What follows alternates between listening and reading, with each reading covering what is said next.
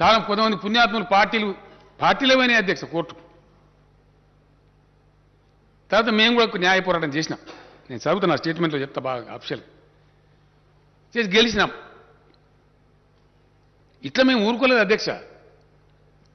నిజంగా highest paid employees ఎవరి అలా ఇండియాలో తెలంగాణ ఎంప్లాయీస్ డెఫినెట్గా. ఉద్యమ సందర్భంలో ఏ మాట అయితే మేము చెప్పినామో తెలంగాణ ధనిక రాష్ట్రం అవుతుంది అయింది. Telangana employees highest paid employees ఉంటారు, పే చేస్తున్నాం. ఎస్, ఒక సంస్కారంతో చిన్న ఉద్యోగులు కూడా న్యాయం జరగాలని చెప్పి 30% మొన్న పే రివిజన్ ఇస్తే వాళ్ళకు కూడా ఇచ్చినాం అధ్యక్ష. ప్రతి ఒక్కరికి ఇచ్చినాం.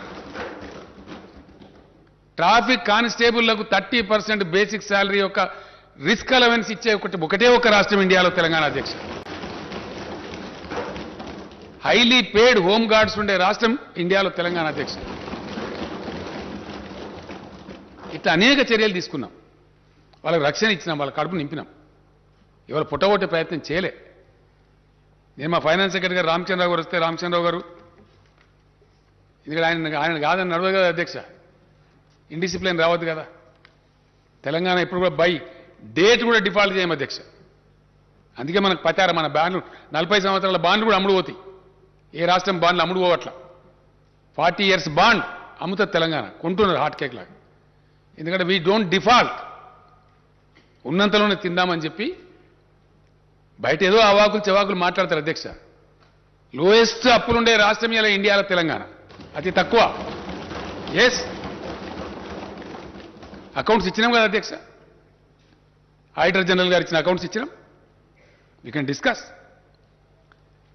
తక్కువ, చాలా రాష్ట్రాల కన్నా తక్కువ అప్పులు ఉంటాయి. ఫిజికల్ ప్రుడెన్స్ మెయింటైన్ చేస్తాం, డిసిప్లిన్ మెయింటైన్ చేస్తాం, కడుపు కట్టుకొని నోరు కట్టుకొని అవినీతి రహితంగా పనిచేస్తూ ఉన్నాం. కాబట్టి ఇంత ప్రగతి రాగలుగుతారు. ఒక వాతావరణం బిల్డ్ అయితే ఈ ప్రగతి వస్తుంది.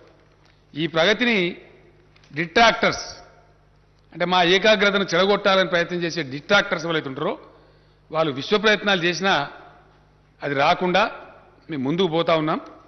ఖచ్చితంగా అదేవిధంగా ముందుకు పోతాం అధ్యక్ష, అందులో అనుమానం కూడా లేదు.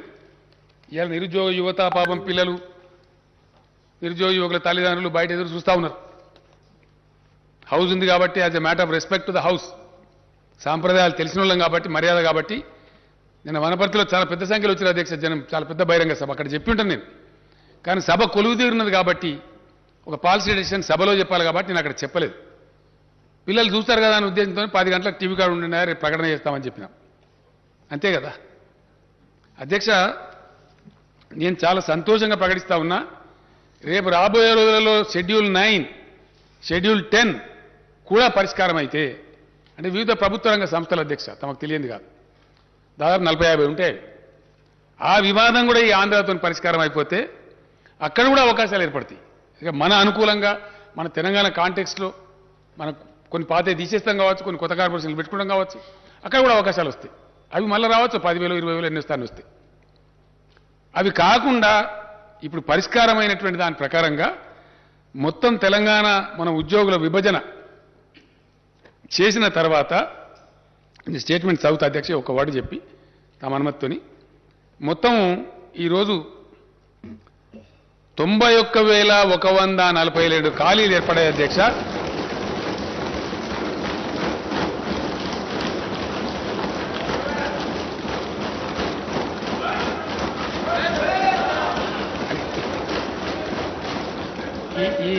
ఈ 91,142 ఉద్యోగాలకు ఈ రోజు నుంచే మొత్తం నోటిఫై చేసేస్తారు అధ్యక్ష.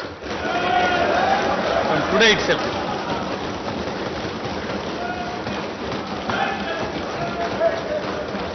ఇందులో అధ్యక్ష, ఇందులో నేను స్టేట్మెంట్ చదివే ముందు ఒక విషయం చెప్పాల్సిన అక్కడ బాధ్యత నా మీద ఉంటుంది. ఇందులో అధ్యక్ష, గతంలో హైకోర్టు పోయి ఏవైతే కాంట్రాక్టు ఉద్యోగస్తుల పొట్టలు నింపాలని మానవీయ కోణంలో మేము రెగ్యులరైజేషన్ ప్రతిపాదించినామో అవి 11,103 మంది ఉన్నారు అధ్యక్ష పిల్లలు. ఇక వాళ్ళ ఏజ్ అయిపోతా ఉంది పాపం. వాళ్ళకి ఏదో ఉద్యోగం కదా పర్మనెంట్గా ఆపోతాని ఆశతో జాయిన్ అయినారు, సర్వీస్ పాపం ఏజ్ అయిపోతా ఉంది. వాళ్ళు మొదలేస్తే ఇప్పుడు పాపం వాళ్ళు బదారణ పడతారు, అర్ధాకలతో పనిచేస్తున్నారు. వాళ్ళు ఊరుగా కోరుతున్నారు. మొన్ననే హైకోర్టు కూడా పర్మిషన్ ఇచ్చింది అధ్యక్ష, గత డిసెంబర్లోనే. ఈ వివాదం అయిపోతే చేద్దాం అనుకున్నాం. ఈరోజు నేను అధికారికంగా ప్రకటిస్తా ఉన్నా, ఇందులో 11,103 కాంట్రాక్ట్ ఉద్యోగులందరినీ కూడా రెగ్యులరైజ్ చేస్తా ఉన్నాం అధ్యక్ష.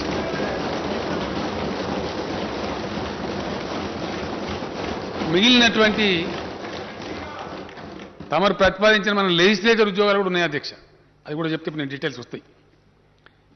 80,039 ఉద్యోగాలకు తక్షణం ఈ రోజు నుంచే సంబంధిత శాఖలకు నోటిఫికేషన్లు ఇష్యూ అయితే అధ్యక్ష. దీంట్లో విద్యాశాఖలోనే సుమారు 25 నుంచి 30,000 వస్తున్నాయి అధ్యక్ష.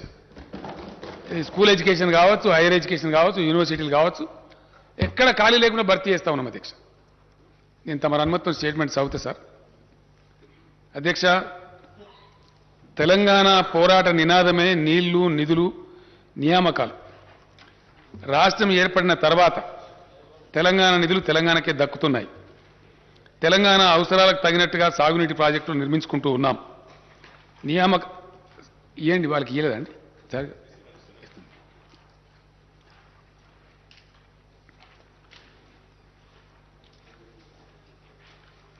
సాగునీటి ప్రాజెక్టులు నిర్మించుకుంటూ ఉన్నాం. నియామకాలకు సంబంధించి స్థానిక అభ్యర్థులకు సంపూర్ణ న్యాయం జరగడానికి కావలసిన పటిష్టమైన వ్యవస్థను, విధానాన్ని రూపొందించి అమలు చేస్తున్నాం. ఈ నేపథ్యంలో భారత రాజ్యాంగంలోని ఆర్టికల్ 371D ప్రకారం రాష్ట్రపతి ఉత్తర్వులకు సవరణలు చేయడం కోసం ప్రతిపాదనలు పంపించాం. కేంద్రం అనవసర తాత్సారం చేసింది. దీంతో నేనే స్వయంగా అనేక మార్లు ఢిల్లీకి వెళ్ళి గౌరవ ప్రధానమంత్రి గారిని, గౌరవ రాష్ట్రపతి గారిని కలిసి దీనికి ఉన్న ప్రాముఖ్యతను వివరించాను. దీనికోసమని ప్రత్యేకంగా అధికారుల బృందాన్ని ఢిల్లీలో పెట్టి ప్రభుత్వం నిరంతర ప్రయత్నం చేసింది. రాష్ట్ర ప్రభుత్వం చేసిన ప్రయత్నాల ఫలితంగా రాష్ట్రపతి ఉత్తర్వుల సవరణ సాధ్యమైంది. ఇది తెలంగాణ ప్రజల చిరకాల ఆకాంక్షను నెరవేర్చిన చరిత్రాత్మకమైనటువంటి విజయం. తెలంగాణ ప్రభుత్వం కృషి వల్ల ఇక నుంచి ప్రభుత్వ ఉద్యోగాలలో అత్యంత దిగువ స్థాయి క్యాడర్ నుంచి ఉన్నత స్థాయి క్యాడర్ దాకా, అంటే అటెండర్ నుంచి ఆర్డీఓ దాకా స్థానిక అభ్యర్థులకు 95% రిజర్వేషన్ అమలవుతుందని తెలియజేయడానికి నేను సంతోషిస్తూ ఉన్నాను. దేశంలో స్థానికులకు ప్రభుత్వ ఉద్యోగ నియామకాల్లో 95% రిజర్వేషన్ సాధించిన ఒకే ఒక్క రాష్ట్రం తెలంగాణ రాష్ట్రం అధ్యక్ష. అర్ధ శతాబ్దం పాటు తెలంగాణకు జరిగిన అన్యాయ పరంపరను టీఆర్ఎస్ ప్రభుత్వం అంతం చేయగలిగింది అని చెప్పడానికి నేను గర్విస్తా ఉన్నాను.